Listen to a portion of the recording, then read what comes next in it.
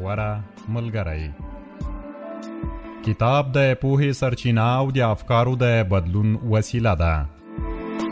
په ژوند کې هر راز بدلون په افکارو کې له بدلون څخه پیلېږي.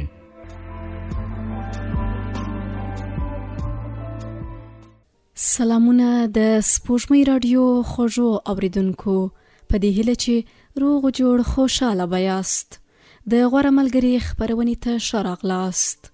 په دې خپرونه کې تاسو ته د کاروبار پیل 8مه برخه وړاندې کوم، په دې هیله چې تر پایه را سره ملتیا وکړئ.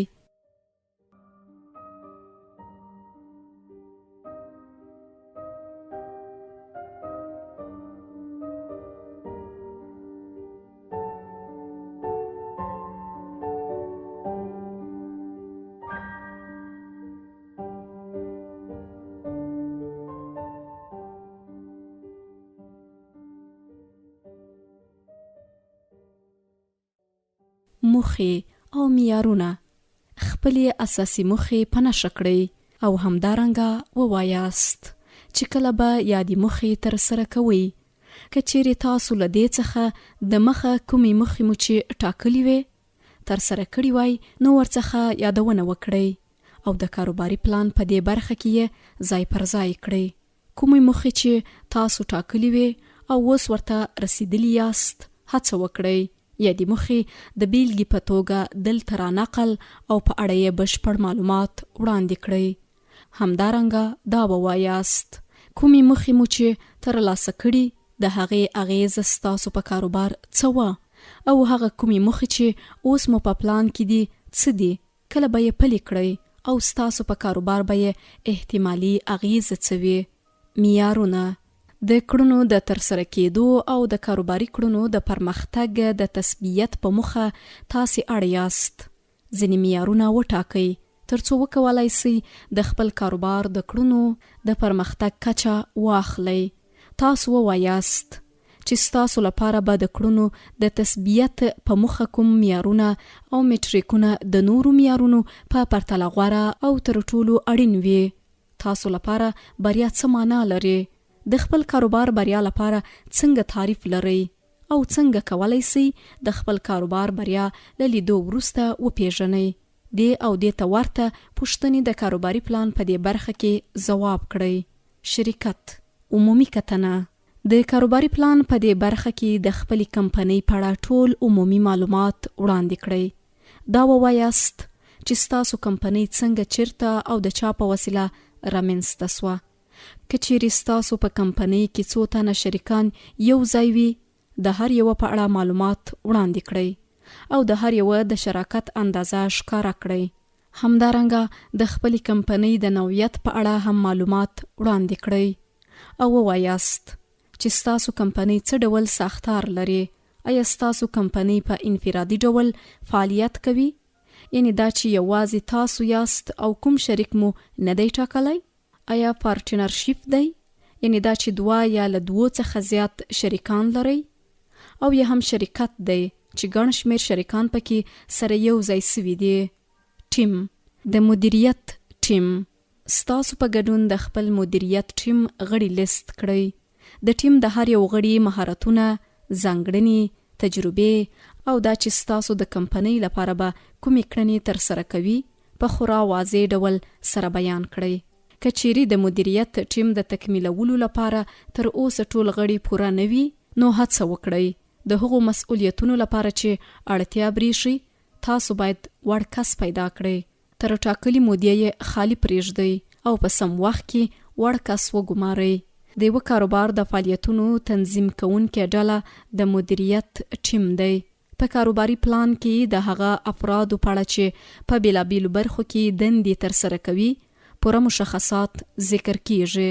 د مسلک او تجربو په نظر کې نیولو سره د کارکوونکو فعالیتونه د سازمان د بریالیتوب سبب ګرځي. د مدیریت ټیم ځکه مهم دی چې په دې سره د کاروباري پلان اساسي برخې تر نظارت او کنټرول لاندې نیول کیږي او د مثبتو پایلو لپاره زمینه مساعدوي. د مدیریت یو پیاوړی ټیم لاندې ځانګړتیاوې لري. د ګډ لرلید درلودونکی وي او هر یو فرد د بریالیتوب په اړه فکر کوي. قوي نقطې او بشپړې ځانګړنې لري. لږ تر لږه 3 او عموماً تر 6 تنو افرادو پکې سره یو ځای سوي وي. د کاروبار په اړه پوهه او تجربه لري.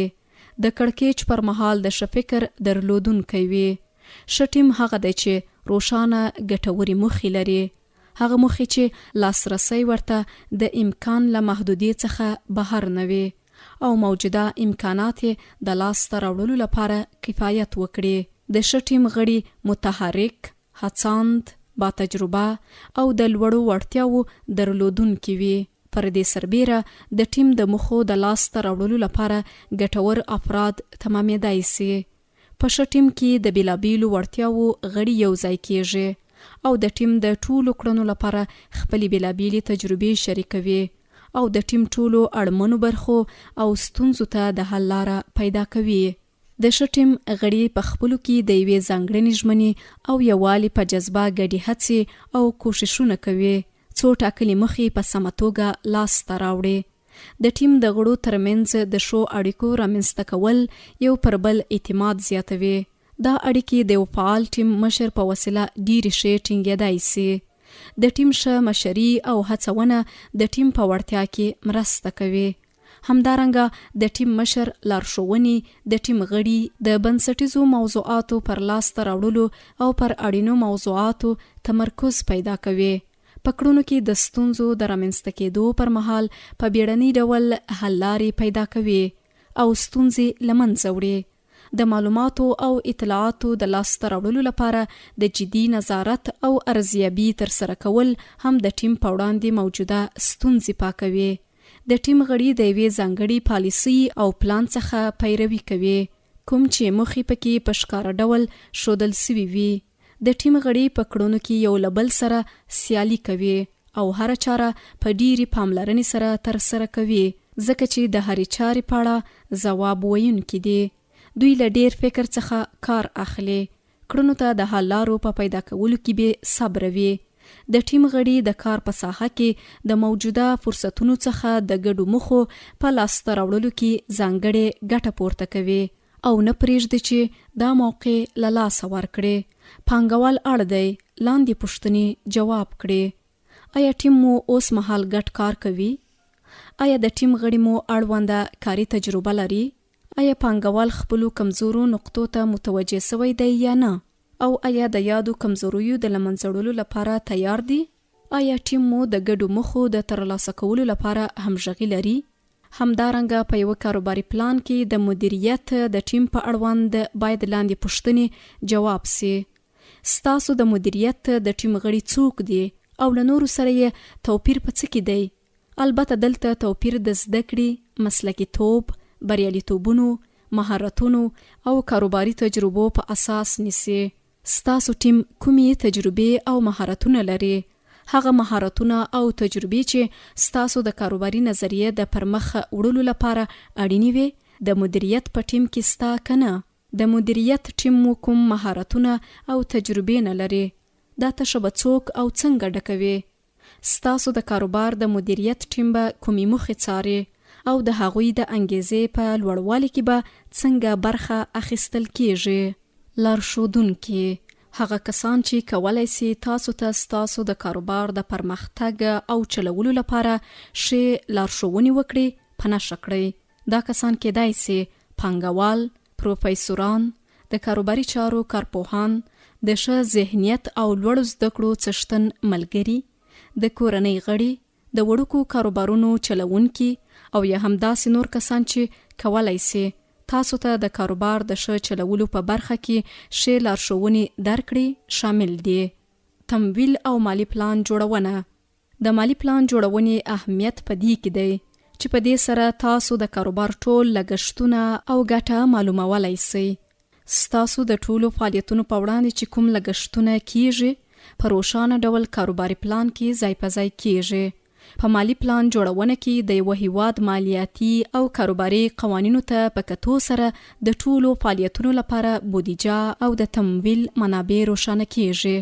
ستاسو په کاروبار کې لږ تر لږه هغه غوښتنې چې مالی پلان یې لري په لاندې ډول دي: د نقد جریان صورت حساب، د ګټې او تاوان صورت حساب، او بیلانس شیټ. مالی پلان باید د کاروبار لږ تر لږه د 2 کلونو معلومات په خپل ساختار کې ولري. کېدای سي د هرې ربعې او یا هم د میاشتو په اساس ټاکل سوي وي. ټول ارقام او عادات باید په معقول او سم ډول باندې په مالی پلان کې ځای په ځای سوي وي. د دې ترڅنګ په مالی پلان جوړونه کې د عوایدو او ټاکلو منابعو په اړه پوره معلومات ارائه سوي وي. د نغدي جریان د صورت حساب، د بیلانس شیټ د تمویل اړتیاوي او د پانګې د بیرته راګرځېدو موده په بره کې نیسي او په دې اړه د ټولو فرضیو او احتمالي مالی خطراتو په نظر کې نیول په یو کاروباري پلان کې خورا ډیر مهم دي. په مالی پلان جوړونه کې پلان جوړونکي له خورا ډیر دقت څخه کار اخلي، ځکه چې د ټول کاروبار لپاره مالی امکانات معلوموي او د اړینو برخو لپاره د وړو منابعو تشریح کوي. کاروباري پلان باید د پلان جوړونې په برخه کې لاندې پوښتنې جواب کړای سي. ستاسو د کاروبار عواید او لګښتونه په کوم حالت کې دي؟ د نقدي جریان صورت حساب څنګه په کنټرول کې ساتلی سي؟ د مالی منابعو په اړه مو څه معلومات ځای په ځای کړي دي؟ آیا د ټولو فعالیتونو لپاره معلومي سرچینې لرئ؟ د فعالیتونو د تمویل لپاره مو سرچینې کفایت کوي؟ که کفایت نه کوي نو کومي نوري بدیلي سرچینې مو په نظر کې نیولې دي؟ د ټولو څانګو مالی اړتیاوي مو په نظر کې نیولې او په پلان کې منعکس کړي دي یا نه؟ کوم ارقام او عادات مو په پلان کې ځای په ځای کړي دي؟ حقیقتي او کنه؟ وړاندوینې، کلیدي انګیرنې. د کاروباري پلان په دې برخه کې د خپل مالی حسابونو په اړه ټول معلومات وړاندې کیږي. دا ووایاست چې تاسو خپل مالی وړاندوینې او مالی ارزښتونه د کوم معیار پر بنسټ ټاکلي او لمخې مو یې وړاندوینه کړې. آیا تاسو خپل مالی وړاندوینې د پخوانیو مالی پایلو لمخې ټاکلي؟ د بازار د څېړنې لمخې، د پیریدونکو د نقدونو، وړاندیزونو، پیر او پلور لمخې او یا هم نورو لارو چارو لمخې ټاکلي دي؟ څه ډول پرمختګ تاسو په نظر کې لرئ؟ ستاسو کلیدي ګمارنې او لګښتونه څه دي؟ څومره او څه ډول ګټه تاسو غواړئ ترلاسه کړئ؟ میاشتني عواید. د مالی تمویل او پلان جوړونې په برخه کې د میاشتني پیښیدونکو عوایدو وړاندوینه کیږي، ترڅو په دې پوه سو چې زموږ د یوه میاشت عواید به څومره وي. هڅه وکړئ د میاشتني عوایدو نتیجه او نڅوړ د ګراف په مرسته خلاص کړئ. میاشتني لګښتونه. د مالی پلان په دې برخه کې د خپلو میاشتني اټکل سوو لګښتونو وړاندوینه وکړئ او دا واضح کړئ چې ستاسو د یوې میاشتې لګښتونه به څومره وي. نوموړي لګښتونه په ګرافیکي شکل سره واضح کړئ. کلنۍ خالصه ګټه یا تاوان. د مالی پلان په دې برخه کې د کلنۍ اټکل سوي ګټې یا تاوان وړاندوینه وکړئ او دا واضح کړئ چې ستاسو کلنۍ خالصه ګټه یا تاوان به څومره وي. نوموړي ارقام په ګرافیکي شکل سره واضح کړئ. تمویل کول، د بودیجې کارول.